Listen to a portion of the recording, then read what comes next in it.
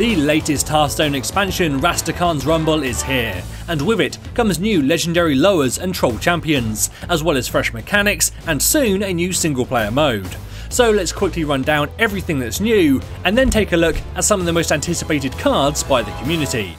The theme in the expansion is that King Rastakhan has summoned combatants from all across Azeroth to compete in a gladiatorial battle.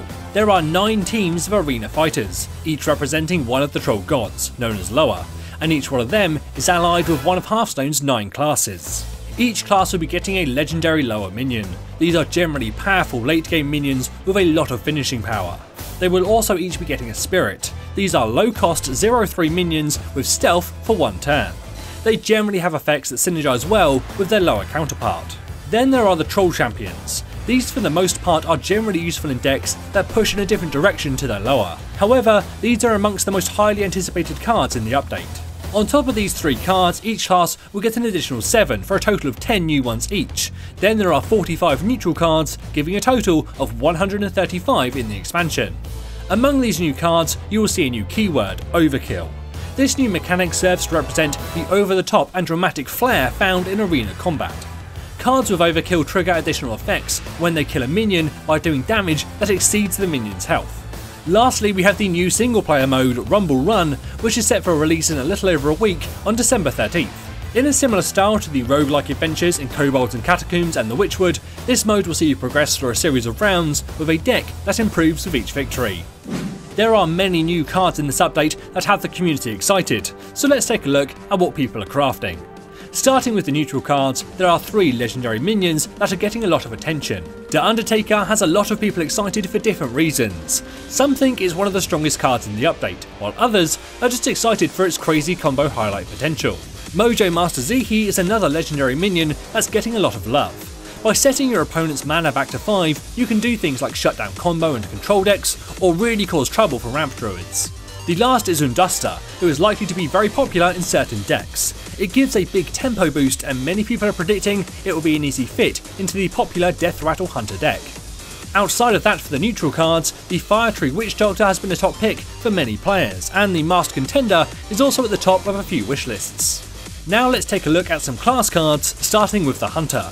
Zul'jin is the only troll champion card that isn't a minion, and is actually being rated quite highly by a lot of players. Master's Call is also getting a lot of attention, along with Revenge of the Wild.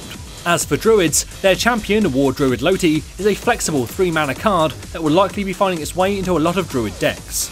Quite a lot of players are also excited for the possibility of 1-turn kill Grok decks built around the idea of getting 2 copies of the minion onto the board at the same time and stacking its effect to get free hits.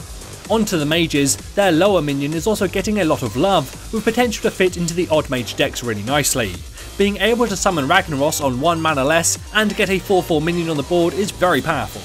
Some players have also been looking forward to getting Pyromaniac, so maybe keep an eye out for that one.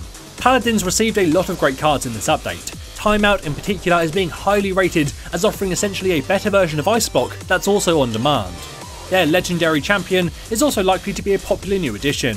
Converting all but 1 hit point into armor lets you make sure you get the most value out of your healing cards. It can also put you out of range of 1-turn kill combo decks, and with its rock solid base stats, it's an easy fit. Of all of the spirit cards, the Priest Spirit of the Dead has been getting rated quite highly. Their 0 mana regenerate is simple, but 0 mana cards are pretty strong, so they might be a popular new addition, particularly if you combo it with another new card that will change that healing into damage. Rogues received a lot of cards related to pirates, trying to build some synergy there, but many players don't think there are quite enough cards yet to make it work. However, if pirate decks do become a thing, Raiding Party will be a great choice. The Shaman's Lower is a great card. It easily gets value by just returning 1 or 2 cards to your hand, and has a very solid stat line. It's not necessarily going to become a part of every single Shaman deck, but where it does fit, it will be strong. Similar to the Rogue, the Warlock cards are working towards building some new synergies, this time around discarding cards. It's not clear if there's quite enough there yet to make this theme work, but if there are any cards that perhaps fit into Zoo, that could be interesting. The Reckless Dire Troll is one some people are rating as a card that could do just that. Soul Warden and Shriek are also being highly rated if this card does become a thing, along with High Priestess Jetclick. Lastly, the Warrior Dragon synergy decks are likely to improve with this update. Dragon Roar is a highly rated card, along with the smaller Thorn Lancer and War Master Boom.